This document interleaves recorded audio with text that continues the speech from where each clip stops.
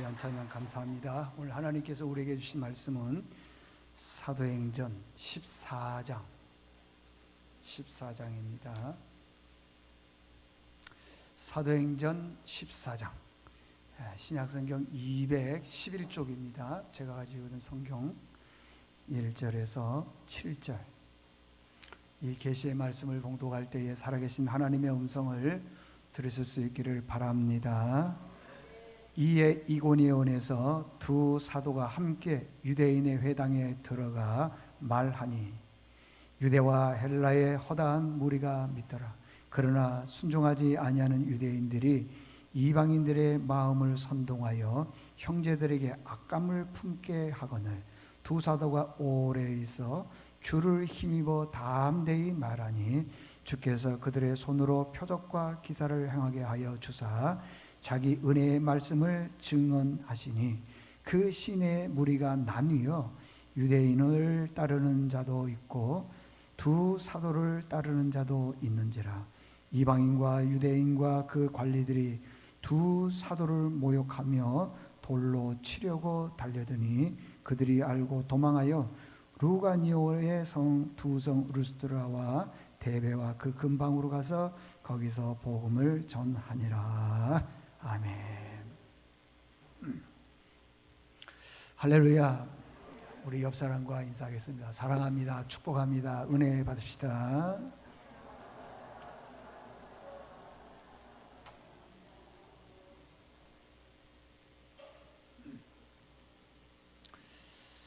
오늘은 상처와 트라우마, 주를 힘입어 이기라 라는 제목으로 말씀을 전하겠습니다. 제가 이제 목회를 하면서 교인들을 많이 만나봅니다. 그런데 참 이상한 것은요, 수많은 교인들을 만나보지만은요, 한 가지 공통점이 있는데 상처가 없는 사람이 없더라는 거예요. 다 상처가 있습니다. 좀 넉넉하게 사는 사람은 상처가 없을 것 같은데 있고요, 많이 배운 사람이 상처가 없을 것처럼 보이는데 있고요, 다 상처가 있더라는 것입니다. 어떤 사람은 그 상처를 평생 가슴에 안고 사는 사람들이 있는가 반면에 또 그 상처를 잘 처리한 사람들이 있더라는 것입니다. 여러분, 상처를 가슴에 안고 사는 사람의 특징이 뭐냐 그러면은 다크사이드, 항상 부정적으로 말을 하는 거예요. 부정적이라는 거예요.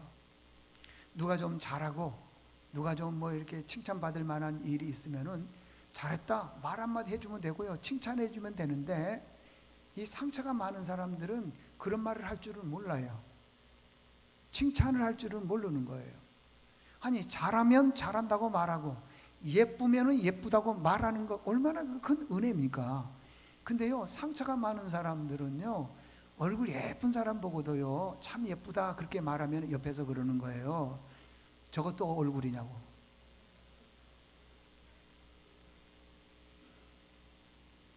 그래요. 그 말하는 거 보면 저분이 다크사이드, 어두운 부정적인 면을 가지고 있다. 상처가 많은 사람은요, 체플사이드라고 하는데 긍정적으로 말하는 걸 별로 못 봐요. 아까 얘기했지만은요, 누가 참 잘한다 그러면 잘한다, 그게 그렇게 어려운 말처럼 보이지만은요, 상처가 많은 사람들은 그렇지 않아요. 어렵습니다. 그게요, 어려워요. 누가 공부를 잘하지요? 그러면은 참 공부 잘하면 좋겠다, 부럽다, 참 그 얼마나 참 똑똑하니 좋냐 이렇게 해주면 될 텐데 그걸 못해요. 그걸 못한다고. 어떤 사람이? 상처가 많은 사람들이. 자, 보세요. 바울이 오늘 사도행전인데 고린도 후서를 썼는데 고린도 후서의 특징이 뭐냐 그러면 개인적인 감정, 다시 말하면은 목회하다가 받은 상처, 트라우마 이런 것들을 많이 기록해 놓은 것이 고린도 후서예요. 그게 사도행전은 복음을 전하면서 기록했던 내용이고 여기는 복음을 전하면서 냈던 기록이지만 여기는 복음을 전하면서 받은 상처를 기록해 놓은 것이 고린도 후서예요. 그래서 내용이 좀 다르지요. 다릅니다. 그런데 여기서 보게 되면은요, 바울이 지금 에베소에 있습니다. 에베소에 있는데 고린도에 한번 가려고 작정을 했어요. 그런데 여러 가지 상황이 되어서 못 갔고, 결국에 못 간 이유가 뭐냐 그러면 내가 고린도 교인들 너희들을 사랑하고 아끼기 때문에 내가 못 갔다, 이렇게 된 거예요. 여러분, 간다 했다가 못 갈 수도 있잖아요. 그런데 상처가 많은 사람, 닥사이드, 상처가 많은 사람들은 그렇게 생각을 안 해요. 진짜 말이 경솔하다 그러고요, 저 사람 말은 우유부단하다 그러고요, 저 사람 말은 대부분이 거짓말이다 그러고요, 믿을 수 없는 사람이다 그러고요, 나중에는 가서 뭐라고 얘기냐 그러면 저분 사도가 아니야, 지금으로 말하면 목사가 아니야 할 정도로 이게 어두운 면들을 얘기하고요. 처음에는 뭐예요? 경솔하다, 왜 온다 그러고 안 왔냐, 여기서 출발했는데요. 부정적인 사람은 나중에 뒤쪽으로 가게 되면은 그 사람에 대해서 아주 신랄하게 비판을 하는 거예요. 긍정적인 얘기를 들어본 적이 없어요. 여러분, 혹시 자녀들, 여기 계신 자녀들 중에 부모님에게 그런 얘기 들어본 적이 있습니까? 긍정적인 얘기보다는 부정적인 얘기를 많이 들어보신 적 있나요?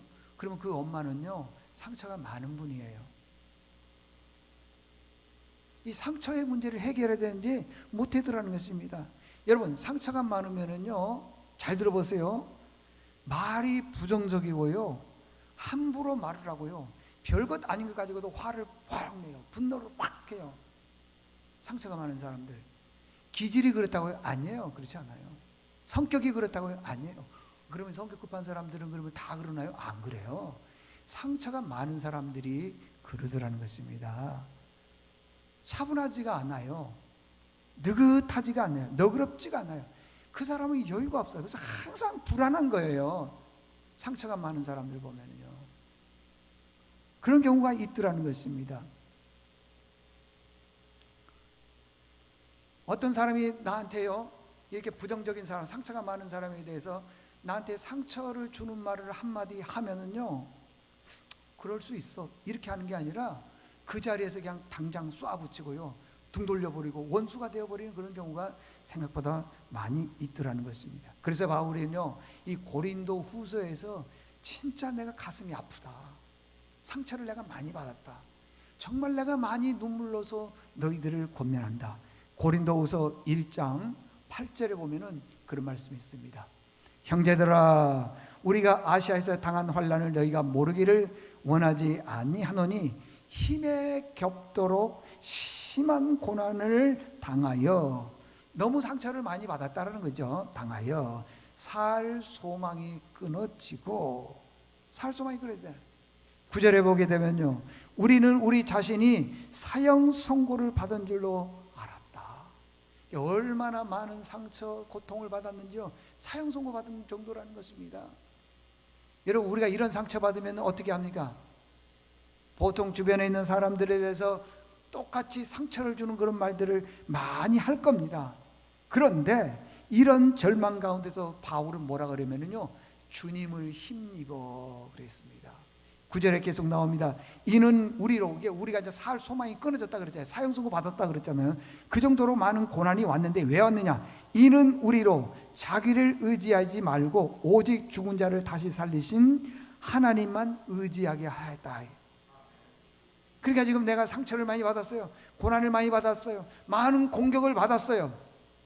그런데 그 공격과 상처를 받았을 때 똑같이 되갚아 주는 것이 아니라, 이렇게 많은 상처가 온 이유는 자기를 의지하지 말고 하나님만 의지하라고 주신 그런 고난이라고 받아들였다는 것입니다. 참, 고난을 주신 이유가 뭐냐? 너 사람 의지하지 말고 하나님만 의지해. 근데 우리가 고난이 왔을 때 그렇게 생각을 합니까? 고난이 올 때 그렇게 생각하냐고요. 이렇게 어려운 고난이고 누구 때문이다, 누구 때문이다, 누구 때문이다 계속 그러잖아요. 원망, 불평하잖아요. 바울은 고린도 교인들에게 많은 상처를 받았습니다. 그러면 고린도 교회가 어떤 교회냐? 바울이요 개척한 교회입니다. 바울이 세워서 복음을 전했던 교회예요. 거기서 머물러 있다가 에베소에 가서 다시 에베소의 교회를 개척을 한 거예요. 그래, 바울의 그 영성이 살아있는 고린도 교회라는 거예요. 그런데 그 교인들로부터 많은 상처를 받았다는 것입니다. 그러면 우리 같으면 어떻게 하겠어요? 제가 예를 들어서 이 세운 교회를 목회를 하다가 또 다른 지역에 별내나 이런 데 가서 또 교회를 세웠어요. 그런데 이제 어느 날 여기 오고 싶은데 못 왔는데 이 세우교회 얘기를 별내에서 들은 거예요. 듣다 보니까 이 담임 목사에 대해서 막 험담하고 상처를 주는 말하고 아픈 말들을 하는 거예요. 이제 제 인격입니다. 오면은 다 죽었어. 오면은. 근데 그러지 않냐고요. 자기에게 그렇게 상처를 준 고린도 교인들에게 내가 너희를 사랑한다. 고린도후서 1장 23절에 보니까 내가 고린도에 가지 않은 것은 너희들 아끼기 때문에 안 갔다. 가지 않았다는 게. 24절에 보니까 내가 마음에 큰 눌림과 걱정이 있어 많은 눈물로 너희에게 썼노니 이는 너희로 근심하게 하려 한 것이 아니요 오직 내가 너희를 향하여 넘치는 사랑이 있음을 너희로 알게 하기 위해서 그렇다. 이게 내가 너희 고린도 교회에 안 갔다 이 말이에요. 가려고 했는데 못 갔다. 근데 너희들이 나를 많이 비방하는 소리, 상처 주는 말들을 했지만은 내가 너희들에게 대꾸하지 않는 것은 너희들을 뭐 하기 때문에? 사랑하기 때문에 그러더라는 것입니다. 오늘 본문 사도행전 14장은 보면은요, 바울이 1차 전도 여행을 다녀오고 나서 쓴 내용인 것입니다. 1차 전도 여행지가 어디냐 그러면 지금으로 보면 터키 중부 지역이에요. 거기가 어디가 있느냐 그러면은요, 이고니아가 있고 루스트라가 있고 데베 또 안디옥도 있습니다. 그 지역을 말해주고 있더라고 있습니다. 근데 이 이고니아와 루스트라의 특징이 뭐냐 그러면은 외부적인 조건이 좋지가 않더라는 거예요. 외부적인. 여러분, 내가 복음을 전할 때 참 가기 싫은 거예요. 근데 외부적인 조건이 좋으면은 전도하는데 쉽습니까? 어렵습니까? 쉽죠. 외부적 조건이 좋으니까 쉽잖아요. 근데 조건이 너무 안 좋은 거예요. 그럼에도 불구하고 하나님이 주신 사명을 잘 감당하더라는 것입니다. 그런데요, 어떤 사람들은요, 외부적인 조건이 별로 안 좋으면은 거기에 대해서 참 불평을 많이 합니다. 제가 예를 한번 들어보겠습니다. 우리 교회에 받으면, 저희 교회가 이제 좀 있으면 여름 행사를 합니다. 성경학교를 하는데 다른 교회가 없는 우리 교회만 있는 이상한 특징이 하나 있어요. 다른 교회들은 아이들이 없고 교사들이 많은데 우리 교회는 반대야. 애들은 많은데 아이들은 많은데 교사가 없는 거예요. 세상에 유초등부 전도사님이 저한테 그러는 거예요. 목사님, 이번 여름 성경학교에 목사님이 교사가 좀 되어 주십시오. 교사해달라는 거예요. 왜? 선생님이 없으니까. 제가 그 얘기를 듣고 너무 미안했어요. 마음이 아팠어요. 그냥 우리가 신앙생활하면서 와서 예배 한 번만 딱 드리고 가면은 그처럼 편한 게 어디 있어요. 교사하면은요 불편해요. 시간 내야 되고요. 애들 비유 맞춰야 되고요. 근데요, 여러 번 얘기했지만은요, 주일날 와서 말씀만 들어서는 신앙의 성장이 없습니다. 희한하죠? 성장이 없는 거예요. 잘 보십시오. 내가 인류 요리사가 된다 그래 봅시다. 그러면 학원에서 거기에서 이제 듣습니다. 강의를 들어요. 들은 걸로 해서 내가 인류 요리사가 될 수 있습니까? 없습니다. 반드시 와서 실습을 해야 돼요. 그리고 그 맛을 내는 거예요. 똑같은 겁니다. 우리가 신앙이 성장하기 위해서는 듣는 것 가지고는 안 돼요. 봉사와 섬김이 있을 때 같이 이렇게 믿음이 쭉 자라나는 겁니다. 그래 교사들 중에요. 제가 지난번에도 한번 소개해드렸지만은요, 그 성균관대학교 사학과를 졸업했고 대광고등학교를 졸업했던 최태성 선생님이 계세요. 그분은요 1년 연봉 수익이 300억이에요. 대단합니다, 여러분들. 그런 잘 가르치는 선생님이 우리 교회가 한 50명만 된다면 외부적 조건이 좋기 때문에 교사하기가 쉬워요, 어려워요? 쉽지요. 근데 교사가 없는 거예요. 청년들이 좀 해주면 좋은데 불금 따라 다 가버려. 안 나와. 그러니까 연세가 드신 선생님들이 이제 하는데 그 어린 아이들을 가르치는데 한계도 있을 수 있잖아요. 여러분, 어린 아이들도요 젊은이들 좋아합니다. 희한해. 안 하려고 그래요. 외부적 조건이, 여러분 우리 찬양대 하고 있지만은요, 이 찬양대원이나 오케스트라가 정말로 인류 성악가 최고의 연주자들이 한다 그래 봅시다. 그분들은 평생 이것만 했기 때문에 뭐 한 번만 하면 딱 알지요. 근데 제가요 경험한 거예요. 저도 해봤으니까, 컨택 해봤으니까 그러죠. 솔리스트들이나 잘한 사람들은요 연습할 때 입도 뻥긋 안 해. 왜? 아니까. 그리고 이제 딱 찬양할 때만 그때만 하는 거예요. 그냥 연습도 잘 안 해. 하나님이 기뻐하지 않을 것 같아 보니까. 외부적 조건이, 이제 주방도 마찬가지예요. 교회에서 이제 음식을 준비해서 이제 오후 예배 드리면서 식사 준비 뭐 이러고 쭉 할 때에 최고 인류 셰프, 이 요리사, 인류 요리사를 딱 모셔다가 주방에 한번 보십시다. 걱정할 게 뭐 있어요? 염려할 게 뭐 있어요? 없어요. 불평 없습니다. 제일 잘하는데요. 그러나 외부적 조건이 안 좋으면은요 불평을 토로하는 사람이 있어요. 짜증을 내는 사람이 있어요. 이런 분들은 좋은 그런 분이 아니다라는 거예요. 지금 그 KBS 공영방송에서요 제일 핫하게 뜨는 프로그램이 뭐냐면 청춘 야구단이 있어요. 이 청춘 야구단은 프로야구가 1부가 있고 2부가 있고 있는데 그 3부 맨 아래 2부 리그에도 들어가지 못하는 그 선수들을 모아서 하는, 연습을 하는 거예요. 근데 이걸 보고 제가 아는 목사님이 자기 꿈은 3부 4부 리그의 축구 감독이 되는 거라는 거예요. 그래서 왜 그러냐 했더니 축구도 1부 있고 2부 있고 3부가 있을 거 아니야. 3부는 2부 리그에도 못 올라가는 거예요. 참 축구는 하고 싶은데 안 되는 사람, 그런 친구들을 모아가지고 자기가 감독이 된대요. 돈도 많아. 감독이 된대요. 그래가지고는 이게 쫙 해주겠단 말이야.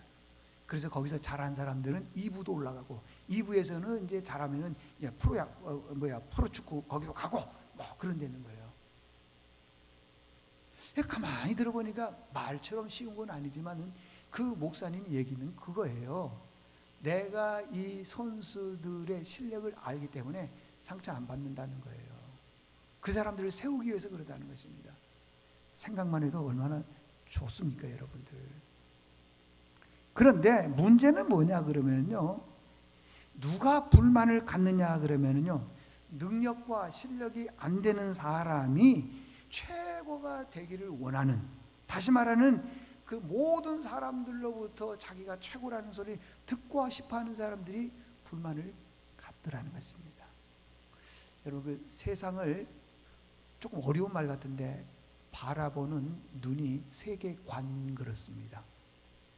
인생을 바라보는 눈을 인생관 그래요. 자, 보세요. 자, 세계관과 인생관이 있습니다. 그런데 여기 틀이 있어요. 인생관, 세계관. 요 틀이 있습니다. 이 틀이 있는데 여기서 이제 조금 더 가게 이제 원인론과 목적론이 있어요. 자, 이게 어려운 게 아닙니다.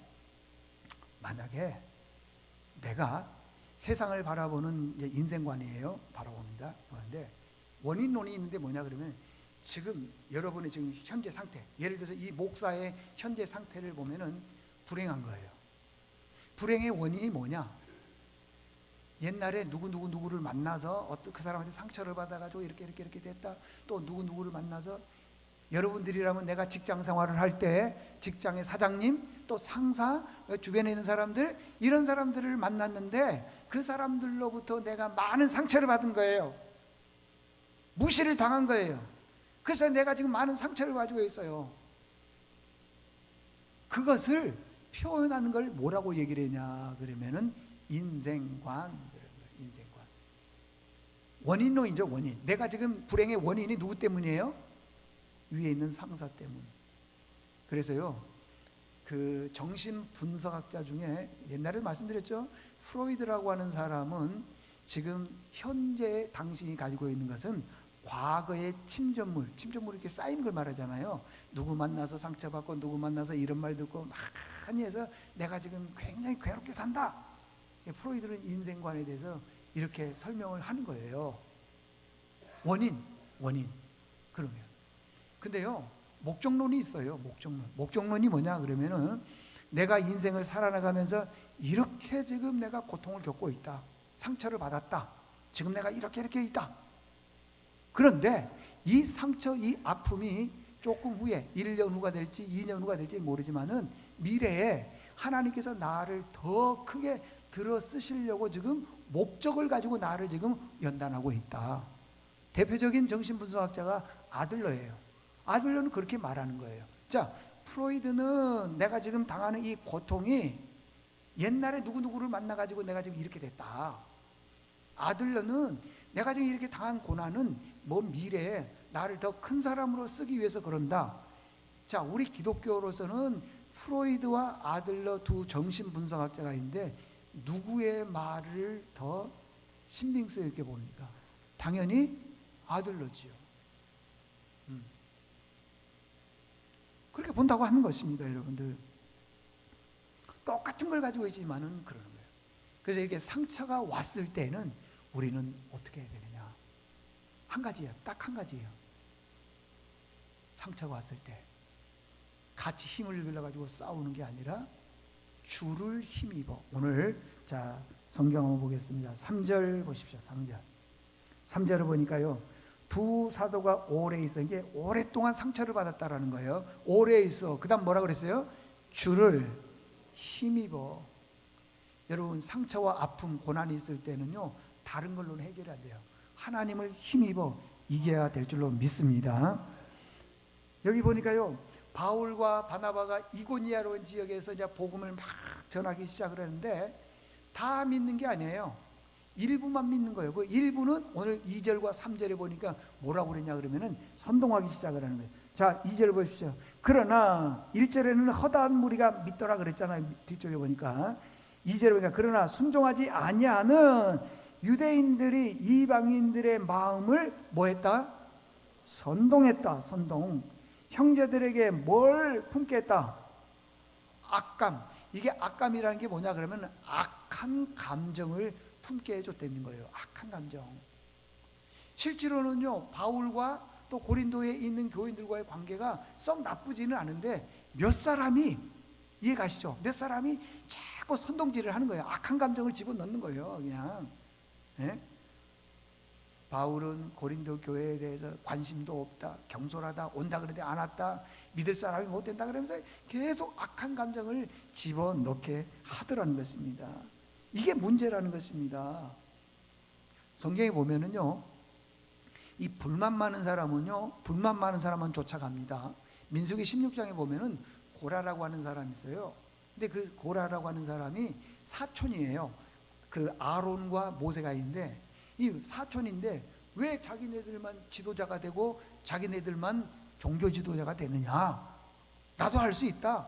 불만을 가졌어요. 그래서 불만 가진 사람들을 모았더니요, 굉장히 많은 거예요. 다단, 아미람, 그 후예들 해서 수백 명이 모이는 거예요. 그래서 모세를 향해서 대항을 했는데 성경에 보니까 하나님께서 주신 권위인데 네가 그걸 건드려 하면서 땅이 입을 벌려 닫게 했다. 다시 말하면 지진 나서 그 땅 속으로 들어가 버렸더라. 그런 뜻이에요.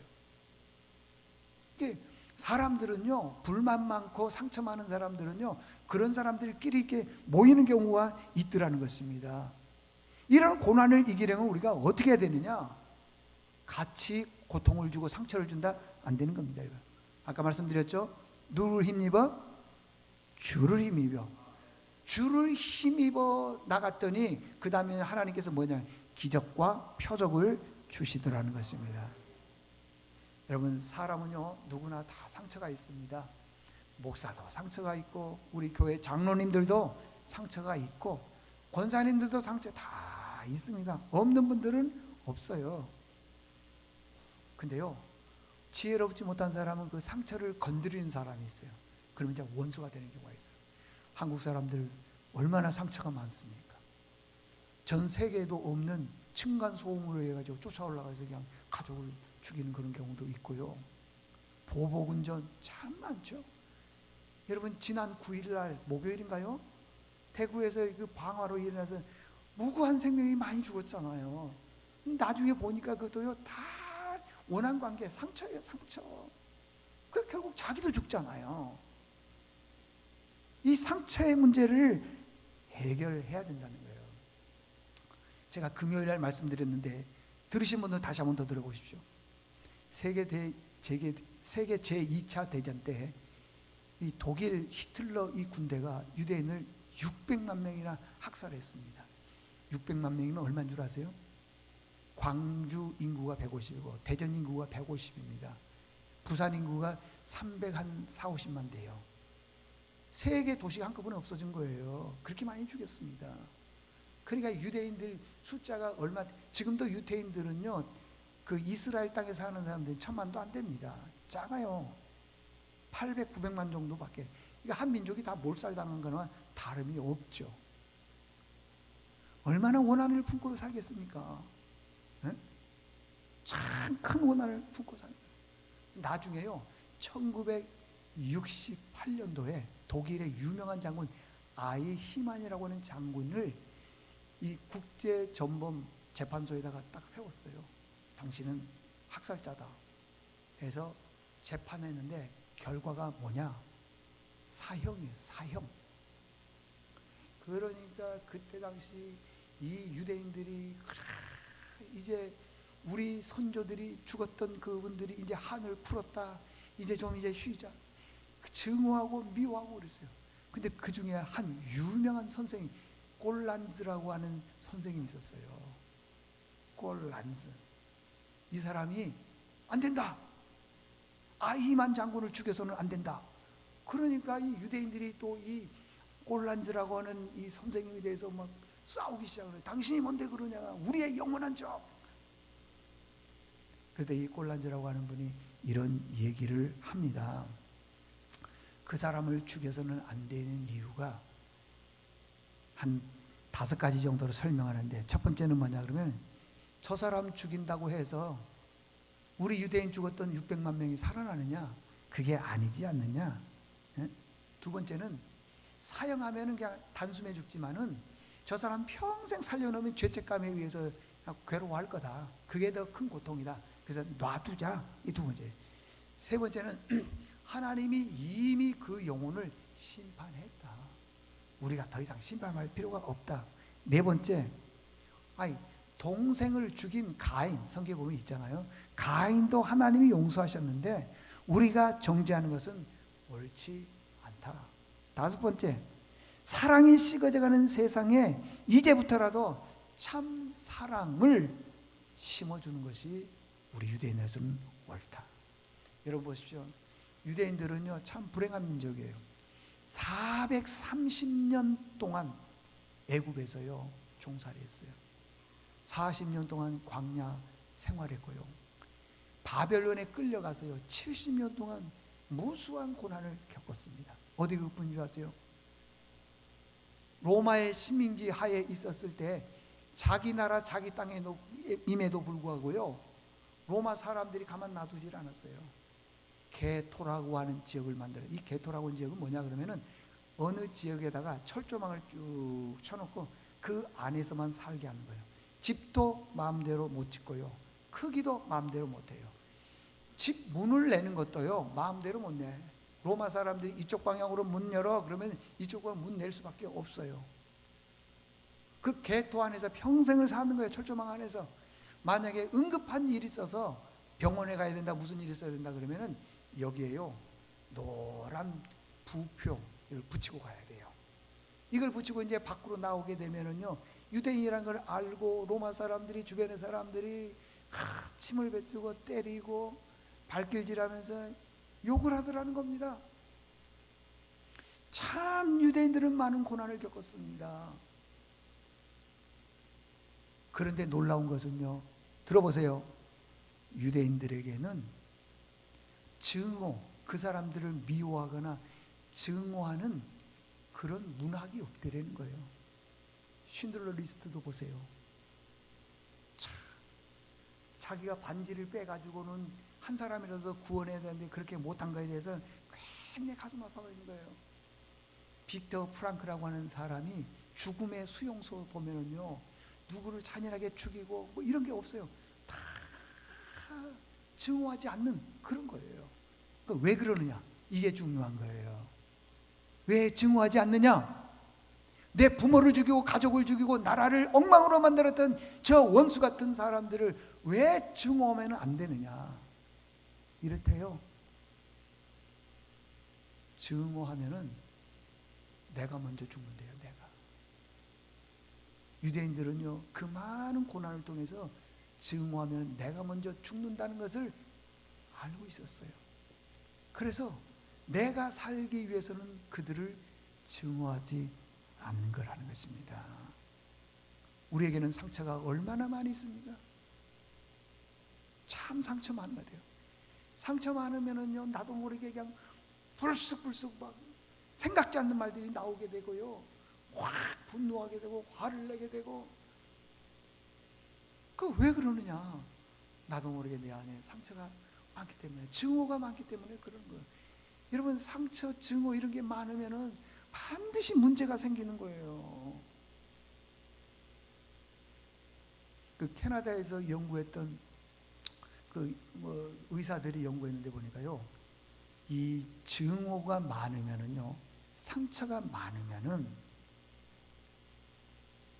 피부 색이 검어진대요. 노화가 빨리 온대요. 그래서 어떤 사람들이 이렇게 보면은요, 나이보다도 더 들어 보였다 그러면 그 사람은 이 증오심이 많은 사람이에요. 저는 어디 가면 10대라 그러더라고요.